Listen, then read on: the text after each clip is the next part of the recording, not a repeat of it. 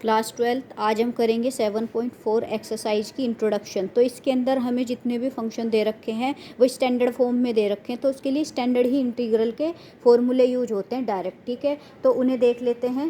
10 type के हैं वो स्टैंडर्ड इंटीग्रल, तो उनके देख लेते हैं, उन्हें याद कर लेना। ठीक है, तो ताकि हमारी जो एक्सरसाइज है वो ईजी हमारी सोल्व आउट हो जाए। तो फर्स्ट जो स्टैंडर्ड इंटीग्रल है वो होता है dx over x square minus a square. ठीक है, तो इसका जो आंसर होता है वो होता है 1/2a log एक्स माइनस ए अपॉन एक्स प्लस ए प्लस सी। बस आपको यहाँ वेयर ए एंड बी की ए और एक्स की जो वैल्यू है वो पुट करनी है, यू गेट द आंसर। ठीक है, आगे जो दे रखा है सेकंड स्टैंडर्ड इंटीग्रल होता है, ये होता है dx ओवर ए स्क्वायर माइनस एक्स स्क्वायर। ये होता है 1/2a log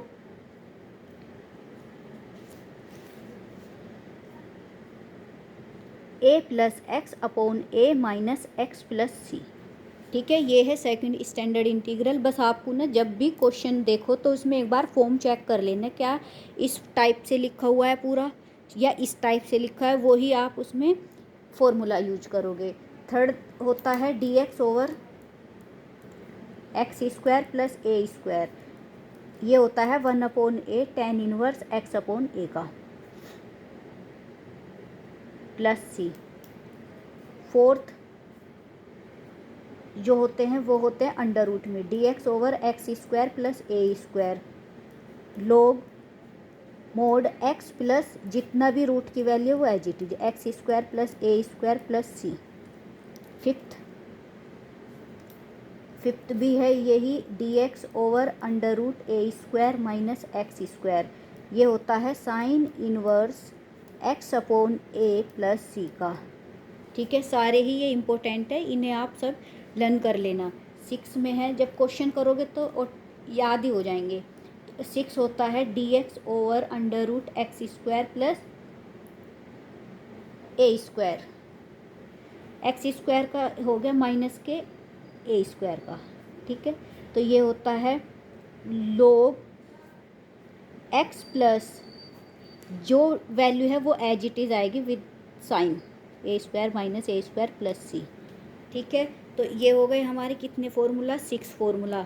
ठीक है, सिंपल क्या है, पहला है dx over x square minus a square. अगर इस फॉर्म में तो ये वाला फॉर्मूला यूज होगा स्टैंडर्ड। ये इंटीग्रल दिए हुए होते हैं इस फॉर्म में, बस हमें उनकी देखना होता है कि इस फॉर्म में है कि नहीं है, फिर वो हम अप्लाई कर देते हैं। आगे जो 7th है वो है हमारे, अगर हमारा जो फंक्शन है वो दे रखा है dx ओवर ए एक्स स्क्वायर प्लस के बी एक्स प्लस सी।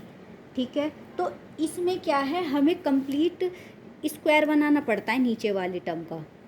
ठीक है, कंप्लीट स्क्वायर के लिए आपको क्या है, एक बार वो भी मैं साइड में लिख रही हूँ, ए एक्स स्क्वायर प्लस के बी एक्स। इस पर मैं एक शॉर्ट वीडियो भी बना दूँगी, कंप्लीट स्क्वायर किसी भी क्वाड्रेटिक इक्वेशन का कैसे लेते हैं। तो यहाँ क्या करना है, ए कॉमन आउट करोगे तो ये बनेगा एक्स स्क्वायर प्लस के बी अपॉन ए एक्स प्लस के सी अपॉन ए।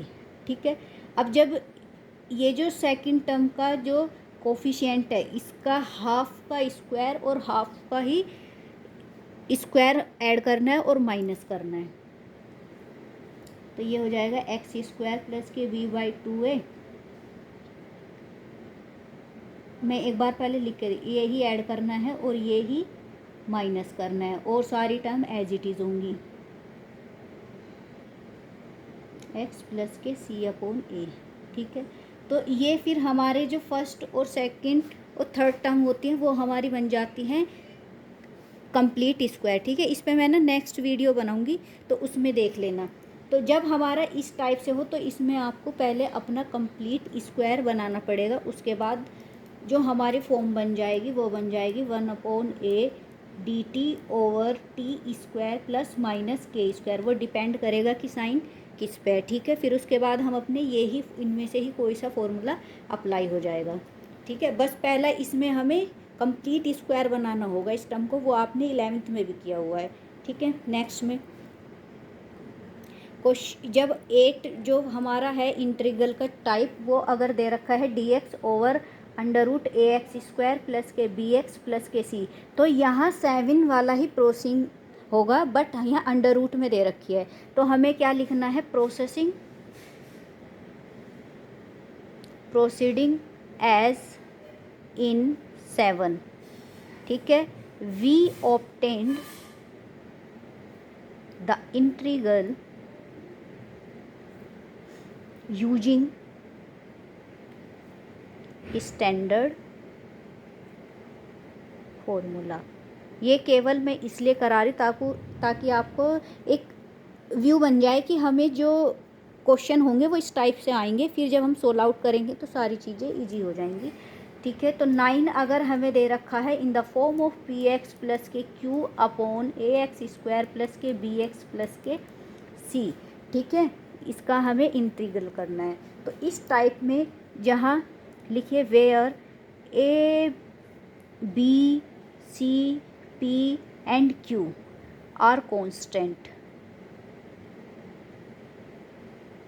ठीक है, तो इसमें क्या है, इसमें करते हैं we are to find real number a and b such that, ये कुछ जो हमारी न्यूमिनेटर दे रखा है पी एक्स प्लस क्यू, उसे हम ऐसे सोल्व करते हैं A D over D x, नीचे जो दे रखा है उसका डिफ्रेंशिएशन प्लस के बी। ये बहुत इम्पोर्टेंट है। क्वेश्चन नंबर जो हमें एक्सरसाइज में दे रखे हैं लास्ट के 21, 22, 23 या 20, ये सब इसी के बेस पे दे रखे हैं, तो इसमें हमें कन्वर्ट करना पड़ता है for real value A and B के लिए। ठीक है, उसके बाद हम अपने ए और बी को इक्वेट करते हैं, लिख लीजिए टू इक्वेट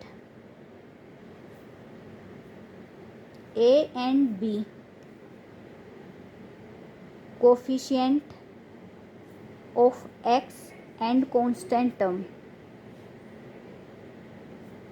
ये एक प्रोसेसिंग वे है, अभी हम कर नहीं रहे हैं, केवल ये आपको नॉलेज में लेना है, जब हम करेंगे तो आपको रिकॉल हो जाएंगी सारी चीज़ें। ठीक है, तो यहाँ से हम अपनी क्या निकाल लेते हैं, ए की वैल्यू और बी की वैल्यू, then put in the this equation and we solve out with the help of standard formula. ठीक है, तो नेक्स्ट जब आगे करेंगे और क्लियर आउट हो जाएगा। तो यहाँ से आपको जो अपर वैल्यू दे रखी है उससे ए और बी की value, real value find out करनी होती है।